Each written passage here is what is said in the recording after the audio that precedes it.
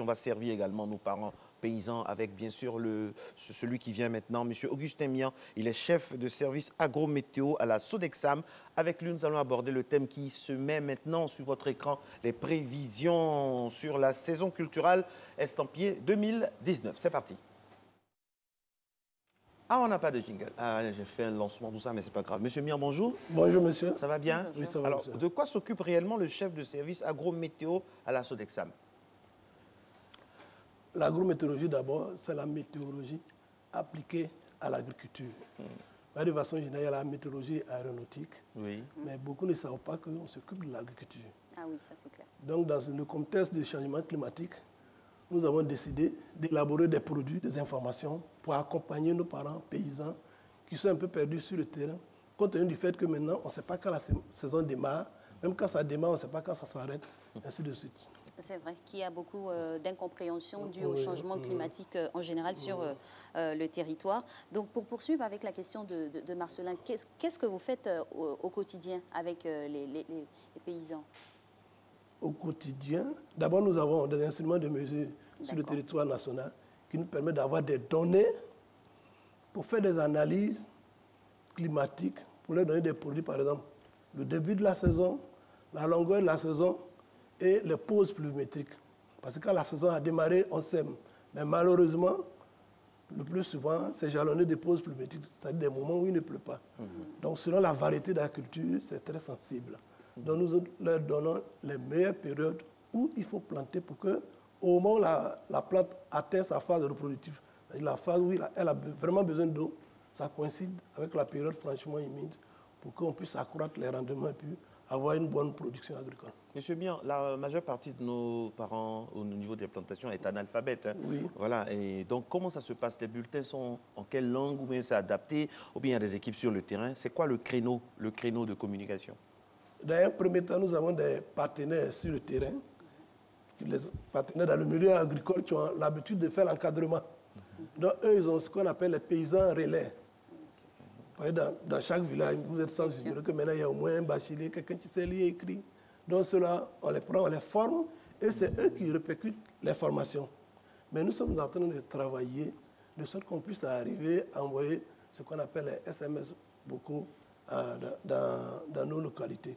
On a su un projet au niveau de l'Ouest, par exemple, où on a choisi d'aller de façon périodique, vers Djokoué, Man, Odiné, Minignan. Grande zone culturelle. Voilà.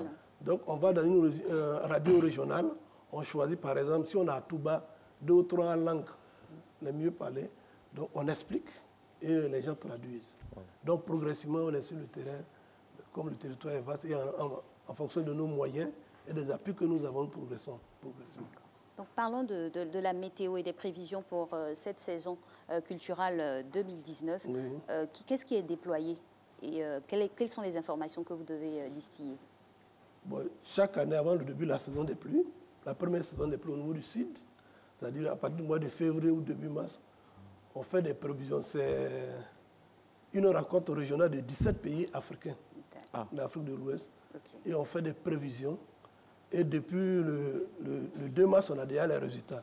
Cette année, en ce qui concerne le sud forestier, c'est-à-dire en bas du 8e parallèle autour de Boaké Haute, la saison des pluies a déjà démarré de façon précoce, c'est-à-dire avant la date habituelle. Ailleurs, on l'appelle la saison des mangues. Ah ouais, d'accord. Donc, je ne parle pas du nord, soyez bien précis. Voilà, On est au centre. Hein. Voilà, 8e parallèle, Boaké. Du littoral jusqu'au centre. Ça a déjà démarré. D'accord. Levé. Voilà, ça a déjà démarré. Voilà. De façon précoce, c'est-à-dire avant la date habituelle. Mais il y a d'autres localités que tu vas suivre. C'est précoce. Voilà. Donc les paysans peuvent, c'est sûr, parce qu'ils ont un encadrement sur le terrain, ils ont déjà déployé le terrain, tout ça là, ils peuvent commencer les activités, les semailles et autres. D'accord. Maintenant, quand ils vont approcher nos partenaires, c'est eux qui vont leur indiquer, selon les informations que nous avons données, les variétés. Parce que quand vous prenez par exemple le maïs, il y a un maïs de 70 jours, 120 jours. Si on vous dit que cette année, la saison, il y aura assez de pluie durant une longue période, vous pouvez prendre les variétés à cycle long, par exemple de 120 jours. Ah, d'accord. Voilà. Si c'est court, vous allez prendre Voilà. Là, c'est les techniciens sur le terrain qui font le relais, qui donnent les informations. Et toutes ces données ont une incidence sur la production globale. Oui, bien entendu. D'accord. On a une disparité de culture sur le territoire. Oui. Est-ce que c'est la même chose pour la saison aussi? Il peut pleuvoir ici, ne pas pleuvoir. Ces prévisions-là sont calculées, mesurées pour les paysans? Oui. Bon, il y a une multitude de cultures, mais chaque culture a ses spécificités. En fonction des besoins en eau de la plante, voilà. Donc on donne des précisions. Voilà. Précision, c'est bien. Voilà. Alors, dites-nous, quel est votre circuit de travail avec les coopératives? Dans des pays, par exemple, qui ne sont forcément pas trop nantis, plus nantis que la Côte d'Ivoire, au niveau des coopératives, on a l'occasion d'avoir des drones, des ordinateurs, pour avoir des informations en temps réel, pour soulager tant soit peu le travail de la météo nationale. Est-ce que vous avez affaire à des coopératives chez nous organisées dans ce sens-là? C'est-à-dire des coopératives où on a vraiment un système, des ordinateurs, pour avoir même directement des informations, où on a son matériel, tout ça. Des Est-ce que ça existe chez applications nous? aussi. Bon, il y en a qui sont outillés, mais pas à ce niveau. Peut-être que ça existe, mais nous... Il y a des coopératives dans des pays qui ont même des hélicoptères, Ah soit oui. dit en passant. Oui, pour le moment, c'est tellement que ça existe, parce qu'il n'y a pas toutes les informations, mais on n'est pas en contact avec ceux-là. Mais il y a quelques-uns qui ont un minimum de matériel. C'est quoi Mais les Qui ont initiatives des aussi. stations automatiques. Ah bon? Ouais, mettre Où, des par connecteurs exemple? dedans, oui. Où, par exemple? Je peux... Oui, vous pouvez dire. Bien sûr. Bon, par exemple, il y a une coopérative. Oui. Ah non, ça, c'est les centres de recherche. Ah, d'accord. Voilà, mais il y a Sucrevoie, il y a... Ah, oui, oui, oui. Il y a ICRA, par exemple. D'accord. Mais la coopérative, Bon, au niveau des mais initiatives... il y a des coopératives qui ont quand même au moins des pluviomètres. Hein. C'est un peu le nouveau embryonnaire dans le pluviomètre. Ah ouais? Mais progressivement, il faut dire, par rapport au nord, je dirais, nos amis du Burkina, du Niger et autres, là, pour le moment, la question du changement climatique, c'est maintenant qu'on ressent de plein fouet. Je dirais, entre guillemets, que nous, on a été gâtés un peu par la nature, il y avait la forêt, la pluviométrie était bonne. C'est maintenant qu'on commence à vraiment ressentir. Donc, de Mais plus justement, en plus, comment ils appréhendent, Alix me permet, Bien comment sûr. ils appréhendent le changement climatique, les parents paysans? Comment eux, ils ont ça dans leur ethnie? Parce qu'il faut qu'ils apprennent ça dans leur ethnie, dans leur région, pour mieux lutter contre. Le Baoulé, par exemple, comment lui, il assimile le changement climatique, étant entendu qu'il se déplace beaucoup par rapport aux Dida, aux BT, ou d'autres peuples un peu plus autochtones qui sont sur place? non, il faut Ils sont dire pas que sédentaires. nos parents, de façon traditionnelle, ils ont des connaissances. Hein. Ils savent à quel moment la pluie démarrait. Par Avec exemple, il y a des l'oracle. signes, il y a des fleurs, des bêtes. Quand ils voient ça, ils savent que c'est la saison ça, de c'est la pas pluie. dépassé maintenant. Parce que Oui, ça a mais, changé. ouais, mais malheureusement, c'est dépassé. Parce que même ces bêtes-là, Voilà. des fois Donc, aussi, eux-mêmes, ils ont sont... constaté que sur le terrain, au moment où on attend, il y a des localités dans les années 60-70. En général, à partir de février, il y a la pluie, on travaille. Mais maintenant, vous attendez jusqu'à avril, mai, des fois même juin. Donc, eux-mêmes, ils constatent sur le terrain. Il y en a, j'étais à Divo la semaine dernière, il y en a qui ont semé le riz, mais ils disent que la pluie ne vient pas. Ah bon? Alors qu'avant, février, bon, il y a ce qu'on appelle le faux départ au niveau en termes de pluviométrie. Déjà même en janvier, février, vous avez des premières pluies, il y a dedans qui se précipitent pour aller s'aimer. Maintenant, après, quand ils s'aiment, au bout de 10 jours, 20 jours, quand il n'y a pas de pluie, c'est préjudiciable à la culture. Justement, à ce niveau-là, qu'est-ce qui est fait pour ajuster ces disparités-là ou ces dysfonctionnements? Parce que quand on ne produit pas, c'est sûr qu'on n'a pas de ressources pour vivre. Qu'est-ce qui est dit aux paysans ou qu'est-ce qui est mis en place pour les aider? Bon, c'est ce que je disais tantôt. Il y a les prévisions, il y a les produits que nous élaborons pour leur indiquer la bonne période et la variété qu'il faut pour s'aimer. C'est-à-dire qu'on ne se lève plus au hasard pour s'aimer à n'importe quelle date. Les temps ont changé, il faut pouvoir s'adapter. L'adaptation, c'est donner des conseils.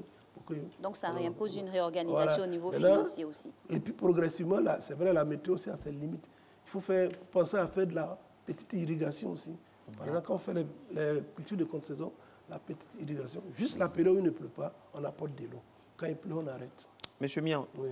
il y a en ce moment combien? 11 ou 12 stations synoptiques? 14. 14, 14 stations. Est-ce que c'est suffisant pour mieux lutter contre pour mieux sensibiliser pour le développement durable? Appréhender. Non, non, ce n'est pas du tout suffisant. Alors, donc, On est profitez de conscient de l'occasion. cela. Voilà. Voilà, la direction, le ministère, la sous-exemple travaille pour densifier le réseau. On a des partenaires, on travaille sur le dossier. Progressivement, ils pensent que d'ici peu, le problème de densification sera une réalité. On est conscient de cela. Et est-ce qu'on peut avoir des informations concrètes pour le cacao, par exemple, ce qu'on voit là, parce que notre pays, on ne le dira jamais assez en dépend. Est-ce que cette année, vous avez des... Ou bien quand vous faites vos prévisions, il y a spécifiquement pour tout ce qui est cacao, parce que ça touche notre économie? Il y a de bonnes nouvelles pour une culture en particulier? Oui, Ou oui, plusieurs? Les nouvelles sont bonnes? C'est ce que vous avez dit à l'entame. Voilà, si la pluviométrie est bonne, en général, le cacao aime avoir beaucoup d'eau. Mais cette année, tous les spécialistes disent qu'il y aura une pluviométrie très bonne, mais élargie sur le temps. Donc ça veut dire que c'est une bonne nouvelle pour nos parents qu'on voit là en ce moment. Et pour quelle culture précisément? Pour toutes les cultures. Pour toutes les cultures ont besoin d'eau. Ah, ben Maintenant, c'est la bonne période. La bonne période. Voilà, Faut que le ce soit dans sa challenge, bonne c'est qu'on période. ait une bonne répartition de la pluviométrie. Vous voyez, non? Oui. Si vous avez une grande quantité d'eau en peu de temps, c'est préjudiciable à la plante. Surtout le cacao, la floraison commence bientôt. Si au début de la floraison, il y a trop de pluie, les fleurs vont tomber. C'est sûr qu'on n'aura Donc pas un bon c'est vrai qu'on rendement. aura de la pluie, mais il faut que ça tombe dans la bonne période. Voilà, de la bonne période. La bonne et puis période. bien répartie. Bien placée pour que ça puisse se faire. C'est une bonne nouvelle, Alix. Bien sûr. Oui, là, Quand c'est c'est en bonne période, progressivement. ça produit. C'est-à-dire les prévisions que nous avons données, chaque jour, chaque mois, il faut actualiser. Au fur et à mesure, parce que l'atmosphère varie à tout moment. Donc, OK. Là, c'est du maïs qu'on a, là, oui. Voilà. Là, c'est quoi? Et C'est quel genre poursuivez. d'appareil, ça? C'est quoi? Comment on appelle ces appareils-là? C'est la station synoptique qui Ça, c'est permet une de... station voilà, synoptique. voilà. Hein. Ah, d'accord. Et ça, c'est dans une plantation? Oui, Une plantation peut avoir sa propre station synoptique? Oui. Et elle sert à quoi sur le... Non, c'est pas une station synoptique, c'est une station agrométéorologique. Et elle sert à quoi? Agrométéorologie, voilà, ça sert à quoi? Ça, bon, là, de l'autre côté, vous avez le pluviomètre.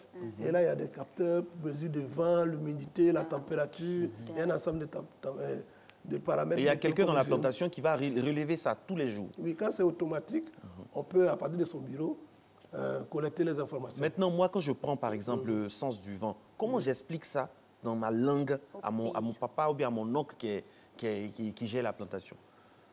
Le vent souffle en ouest, d'est en ouest, Donc, la comment température est... Comment on explique ça concrètement? Est-ce qu'il y a des mots-clés? Il y a un jargon adéquat pour eux, pour leur permettre... Bon, comme on a dit, on a ce qu'on appelle des paysans relais. On leur explique, eux, ils traduisent aussi. Oui, maintenant, quand vous leur dites d'expliquer, là, vous devez demander au moins comment ça se véracité. passe. Oui. Qu'est-ce pour qui donne le bon message?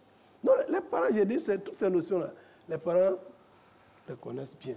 Maintenant, quand, par exemple, le vent, en général, c'est sa vitesse et sa direction qui est importante. Donc, s'il y a un grand vent, en général, pour les gens, pour les cultures de maïs, il faut mettre, ou bien, il faut mettre ce qu'on appelle les tuteurs. Si le vent, les pieds vont tomber et quand ça tombe, ça ne peut pas bien produire.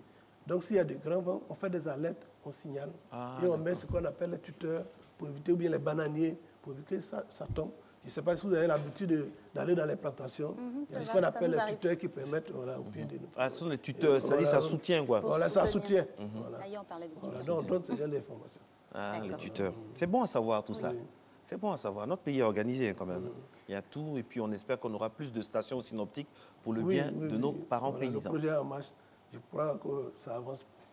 comme Alors, on le souhaite. retenons, mesdames et messieurs, que la saison des pluies donc, va s'élargir, tout ça, mais il faut être dans la bonne période pour que ce soit bien. Ça, c'est le message central, hein, le message fort, Alix, qu'on retient de cette information. Exactement. Il faut que ça tombe dans la bonne période. On aura une pluviométrie assez dense Assez féconde. et ce qui va donner une production aussi au prorata de ce qu'on aura comme pluie qui tombe. Oui. On a des données précises. C'est vrai qu'on a parlé d'avril. On démarre avril, mai, juin, c'est ça? Oui, oui.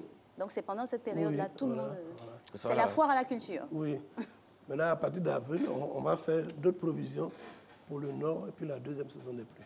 Merci D'accord. beaucoup, Monsieur Augustin Mian. Je rappelle que vous êtes chef service agrométéo à la Sodexam. Vous voulez ajouter quelque chose? Oui, je vais juste donner... Allez-y, Voilà, rapidement. pour les informations, vous pouvez appeler le 21 58 20 01. Le 21. 58 20 01. C'est très important, on se permet de vous laisser dire le numéro parce que c'est d'utilité publique, hein, parce que par ces temps qui courent, tout ce qui concerne la pluie, c'est très délicat dans nos pays. Merci beaucoup à vous.